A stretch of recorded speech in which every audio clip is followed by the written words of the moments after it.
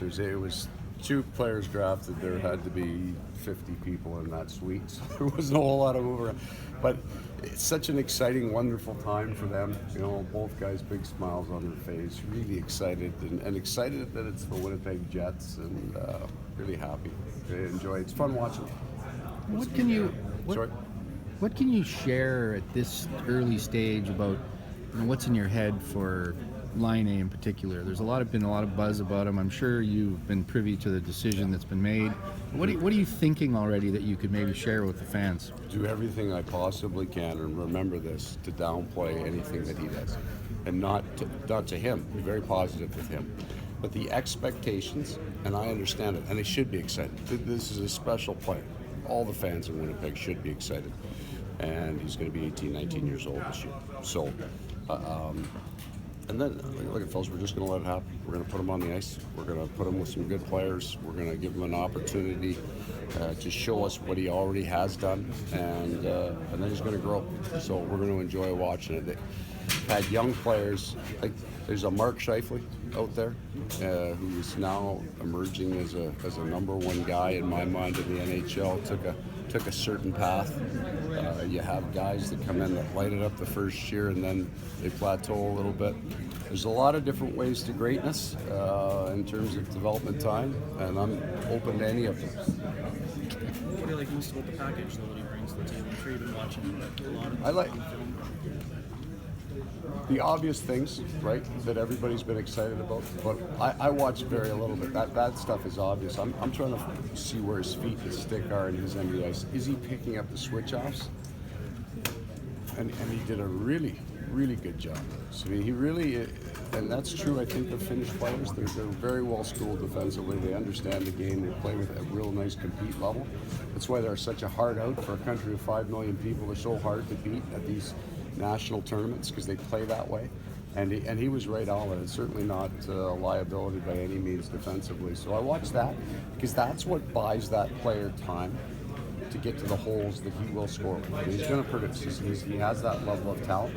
We need to get him enough ice time on the ice, and it doesn't have to be all in the first week of the season. Enough ice time and enough reps to put him into that point. And then he needs to do those things for us that allow it.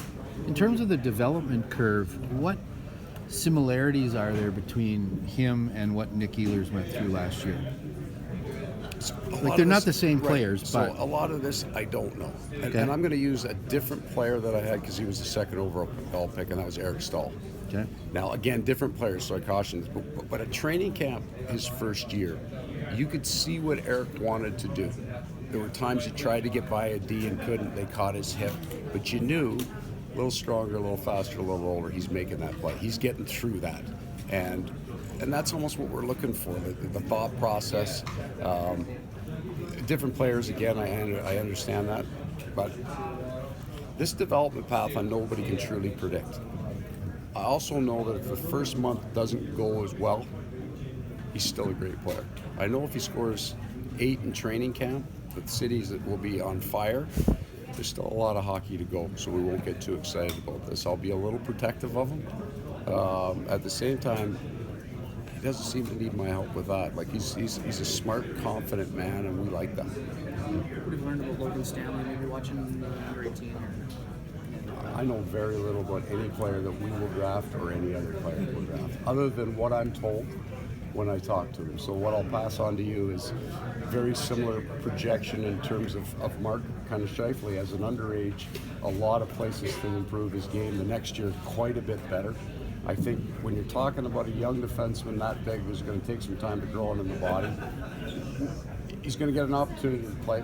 But our expectation is he's got development time. This is a guy that's going to have to take some time, develop, go through the process, come out of the end. He can feel free to make our team this year. But the expectation for a defenseman like that is longer than a Patrick Line.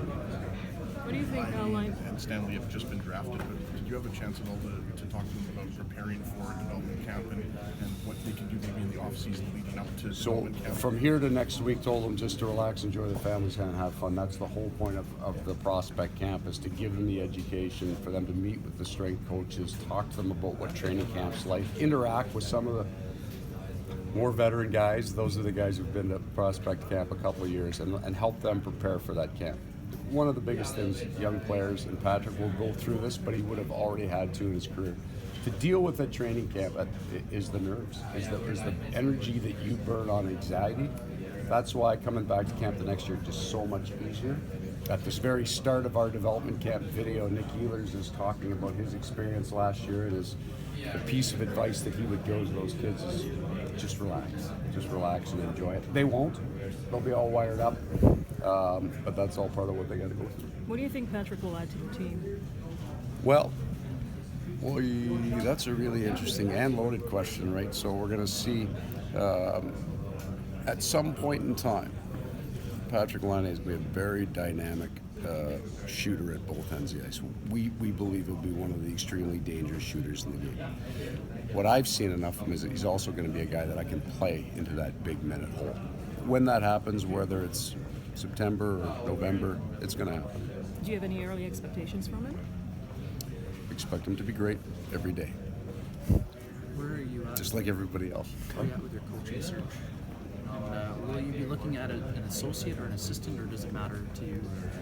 Where are you at with that? Right in the thick of it right now here in Buffalo at the draft. I really wanted to expand a little bit of a search this year instead of just the normal usual suspects, as they say, and that's not, there's some really good quality guys out there, but I wanted to take our time and look into junior and look into college at people who've had unusual amounts of success, or they have that reputation of success. I really don't care what the labels are. If I found a guy that I really thought made the Winnipeg Jets better, we could call him the head coach. You know, it really don't. He'll have whatever title he'd like. But right in that, is it going well? I don't have the job done yet. But that doesn't mean somebody that I haven't already spoke to isn't number one on my list. And is there still a Was that chance- confusing enough? Did I do a nice job with that? Thank you. Could you still add a third assistant? All possibilities are open. Yeah. Okay, thanks, Paul.